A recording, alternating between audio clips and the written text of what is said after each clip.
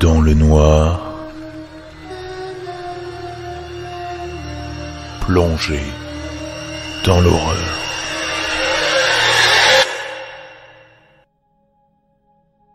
Bonsoir à tous, bienvenue dans cette 15e réunion du Frisson. Un épisode avec une thématique un peu particulière. Les amateurs de viande humaine risquent d'être servis. Pour les autres, sachez que cet épisode risque d'être légèrement sanguinolent. Comme ça, vous êtes prévenus. Dans cet épisode, vous retrouverez une histoire longue, le dîner de C. Vous découvrirez pourquoi je n'ai pas écrit le dernier mot. Ça, vous le découvrirez dans l'histoire. Dans la deuxième partie, je vous présenterai une histoire réelle sur la même thématique du jour, qui est arrivée en 2002 et qui a été relayée dans les journaux de l'époque. Certains d'entre vous, peut-être, se souviendront de cette affaire. Et en dernière partie, vous retrouverez une recommandation, le retour de Christian, avec un conseil parfait pour passer un bon week-end. D'ailleurs, j'en profite pour le répéter, si vous souhaitez vous aussi envoyer un conseil, une recommandation, n'hésitez pas à me contacter sur la page Facebook, @danslenoirpodcast. Petit remerciement habituel à Hugo sur Facebook et Anodin sur Apple Podcast pour ton excellente note. Je n'en dis pas plus. Tremblez cette semaine devant cette thématique un peu particulière. Pour cette 15e réunion du Frisson, dans le noir, faites face à l'horreur.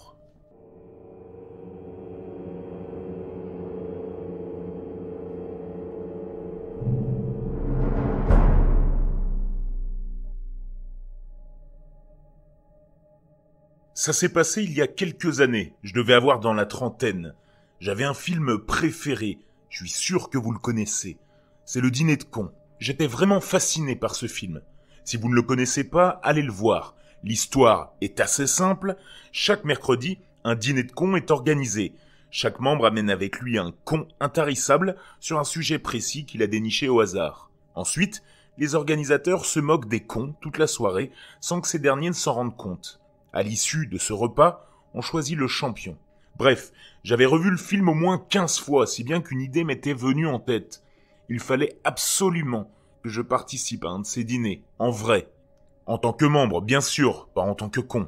Ça devait forcément exister. J'ai alors fouillé sur le net à la recherche d'éléments qui pourraient m'indiquer où participer à ce genre d'événement. Et après quelques jours de recherche, je suis finalement parvenu à trouver un forum composé de gens qui partageaient mon amour pour ce film. Et cerise sur le gâteau, ils prévoyaient d'organiser un dîner de C, comme c'était écrit sur le groupe. Malgré le dernier mot incomplet, censuré je pense, car c'était quand même une insulte, j'ai compris que c'était ce que je recherchais, un vrai dîner de cons. On devait alors s'inscrire à ce dîner tout en précisant le nom du con qui nous accompagnerait. Et c'était là le problème. Je connaissais beaucoup de gens stupides, mais aucun n'avait le niveau d'un François Pignon, comme dans le film. Ils étaient cons, mais ce n'étaient pas des champions. Le forum avait pensé à ceux qui n'avaient pas dans leur connaissance de cons de compétition et avait mis à disposition des cons notoires, repérés par les autres membres du forum. Il y avait une petite liste par département. J'ai alors utilisé cette liste et pris l'initiative de prendre contact avec l'un des cons du coin. Il s'appelait Jean-Philippe et tenait un petit site où il faisait profiter les gens de sa passion, les balles de ping-pong décorées. Il en avait toute une collection qu'il montrait fièrement sur les pages de son site. Des petites balles de ping-pong de toutes les couleurs avec des visages dessinés au marqueur et avec des petites perruques. C'était vraiment pathétique. Ce mec devait vraiment être un gros con. Assez pour que je l'amène avec lui au dîner. Un vrai François Pignon en devenir. Je lui ai envoyé un mail lui disant que moi aussi j'adorais peindre des balles de ping-pong et que je connaissais même d'autres gens avec la même passion. Et ce con avait tout gobé. Il était même très enthousiaste à l'idée de rencontrer des gens comme lui, avec la même passion. On a commencé par se voir autour d'un verre pour discuter de balles de ping-pong. Puis il m'a invité chez lui pour me montrer sa collection. Bien sûr, moi j'en avais rien à carrer de ces balles, mais je jouais le jeu. Jusqu'au jour où je l'ai invité à ce dîner, lui disant que c'était un dîner entre gens qui adoraient peindre les balles de ping-pong et que tout le monde voulait voir ses meilleures œuvres. Il a accepté de suite sans réfléchir. Le jour J, je me suis présenté à l'endroit indiqué avec Jean-Philippe. La soirée se passait dans une cave, à l'abri des regards. J'avais eu du mal à trouver tant c'était bien caché. Une fois sur place, j'ai fait connaissance avec les autres membres, qui eux aussi avaient trouvé ce forum en voulant participer à un dîner de cons. Et comme moi, ils ne connaissaient pas de cons intéressants, alors ils avaient utilisé la liste donnée. Comme quoi c'était vraiment pratique. On a parlé un peu entre nous pendant que les cons qu'on avait emmenés discutaient entre eux. On n'a pas attendu le dîner pour se foutre allègrement de leur gueule. Avec ce que me disaient les autres membres à propos de leurs cons, ça promettait vraiment d'être une soirée spectaculaire. Ils étaient tous vraiment à la hauteur du personnage du film, des vrais cons de compétition. Le dîner a ensuite commencé. Un des cons, amené par les autres membres, était un passionné de vin blanc fruité. Il avait emmené une bouteille aromatisée à la pêche. Il y a beaucoup de gens passionnés de vin, mais généralement ils aiment le bon vin, pas le vin blanc acheté à Lidl pour 5 €. Bref, c'était complètement con comme passion. Pour fêter la soirée, il a servi un verre de vin à tout le monde et semblait extrêmement excité à l'idée que les autres boivent son vin et lui en disent des nouvelles. On a tous levé notre verre et on a bu. Enfin tous, sauf moi. Je détestais le vin et j'en avais horreur. Et par-dessus tout, le vin blanc, aromatisé ou non d'ailleurs. J'ai donc porté le vin à ma bouche et j'ai fait semblant de boire, pour me mettre dans l'ambiance. J'ai ensuite tout recraché discrètement dans le pot de fleurs à côté, même si j'en avais avalé un petit peu, ce qui m'a laissé un goût affreux dans la bouche. Le dîner s'est alors déroulé normalement, les cons présentant à tour de rôle leurs passions tout aussi ridicules les unes que les autres. De notre côté, les membres du forum, on s'efforçait de ne pas rire aux éclats. Mais c'était vraiment difficile, notamment car j'avais la tête qui tournait, ce qui était bizarre car j'avais pratiquement recraché l'intégralité du vin. Je ne pouvais pas déjà être saoul. Quelques minutes après, j'ai vu les autres membres tomber, face contre la table, les uns après les autres. Je me suis alors dit que le vin devait être bien fort pour produire cet effet. Après tout, j'étais patraque, même avec la minuscule portion que j'avais ingurgitée. Plus tard, j'ai compris que ce n'était pas le vin qui avait produit cet effet, quand un des cons s'est levé et a annoncé « Je déclare le dîner de cannibales ouvert. À table, tout le monde !» Les soi-disant cons ont alors commencé à montrer leur vrai visage. L'un d'eux, avec un couteau, a commencé à tailler un bout du visage d'un membre du forum, et l'a ensuite avalé tout cru. D'autres ont commencé à ouvrir le ventre des membres, pour en extraire les organes, avant de les emmener vers la cuisine qui était toute proche. Quant à moi, qui n'étais pas complètement sous l'effet du vin, qui devait sûrement contenir un puissant sédatif, je pouvais voir mon con, Jean-Philippe, me regarder avec envie. Il lorgnait sur moi, comme un homme n'ayant pas mangé depuis plusieurs jours regarderait un bon steak saignant. J'ai alors compris que ce forum n'était qu'un leurre pour nous pousser à venir dans cette cave, que la liste des cons n'était en fait qu'une liste de cannibales attendant de se faire contacter par leur prochain dîner. Dans ce dîner, les cons, c'était nous, pas eux. Dans mon malheur, il y avait une bonne nouvelle, c'était le fait que je n'avais pas bu le vin qu'ils nous avaient proposé, et donc que je n'étais pas complètement drogué. Jean-Philippe s'est saisi d'un couteau, mais avant qu'il ne l'utilise, je lui ai donné un grand coup de poing dans la mâchoire, le mettant presque KO. Ces années de boxe m'avaient enfin été utiles. Je me suis ensuite enfui à toutes jambes, profitant du fait que les autres étaient soit en train de manger, soit en train de cuisiner des bouts de chair. J'ai couru le plus vite possible, jusqu'à apercevoir quelqu'un qui m'a indiqué le poste de police le plus proche. Et oui, à l'époque, je n'avais pas de portable. J'ai expliqué l'histoire aux autorités locales, et je les ai menés vers l'endroit où s'était déroulé le dîner. Sur place, ils ont bien retrouvé les cadavres de tous les autres membres qui avaient emmené un con, la plupart taillés en pièces et à demi dévorés, mais aucune trace de ces cons. Après enquête, ils n'ont jamais pu remonter la piste des cannibales. Le forum, qui avait été fermé entre-temps, ne menait qu'à l'un d'entre eux, qui l'avait créé et l'animait, seul depuis un cybercafé, où il n'avait jamais donné son vrai nom. L'appartement de Jean-Philippe, qui ne devait pas être son vrai nom d'ailleurs, était complètement vide. Il avait squatté un appartement vide et changé les serrures pour rendre son histoire plus vraie. Ces cannibales nous avaient vraiment roulé dans la farine. Après cette histoire, j'ai déménagé, espérant que ces gens ne me retrouveraient pas. Moi qui voulais tant me moquer de gens pas très intelligents, j'avais finalement été piégé, facilement par l'un d'entre eux.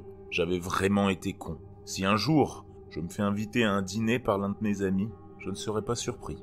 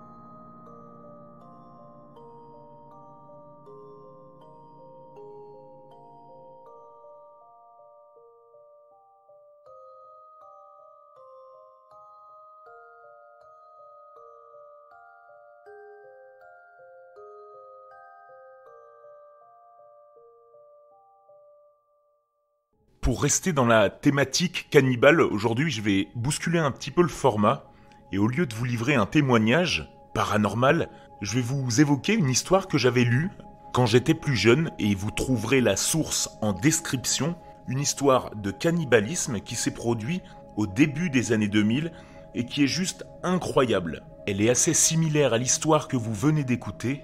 L'histoire se déroule en Allemagne, en 2002. On parle de l'affaire du cannibale de Rothenburg. Cherche jeune homme, 18-30 ans, bien monté pour l'abattage. C'est en remontant à la source d'une petite annonce comme celle-ci, placée sur un site web, que la police allemande était tombée sur un crime particulièrement sordide. Armin M., 41 ans, informaticien qui habitait une charmante bâtisse à Colombage, de la ville de Rothenburg, au centre de l'Allemagne, aurait ainsi recruté, via l'internet, un candidat à la mort. Son nom, Bernd Jürgen B., 43 ans, informaticien également, employé chez Siemens à Berlin. En mars 2001, Bernd se fait excuser auprès de son employeur, prétextant qu'il doit régler des affaires privées. Il dépose chez lui un testament et prend la route pour Rothenburg. Là, dans la grande demeure à Colombage, Armin a préparé sa caméra vidéo et un cérémonial de mise à mort particulièrement cruel. Bernd se déshabille, Armin lui tranche le pénis avec un couteau, puis il le bande pour limiter l'hémorragie, afin que tous deux puissent manger ensemble le pénis coupé. Insensible, le tout sans que Bernd ne proteste, toute la scène filmée en vidéo semble attester que la castration s'est faite avec son consentement. La victime était sans doute sous l'effet de puissants analgésiques qui l'auraient rendu insensible à la torture, supposent les experts.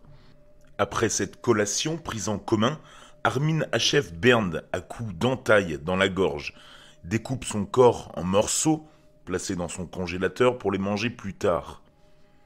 Le crâne et d'autres ossements ont été retrouvés enterrés dans le jardin de la propriété.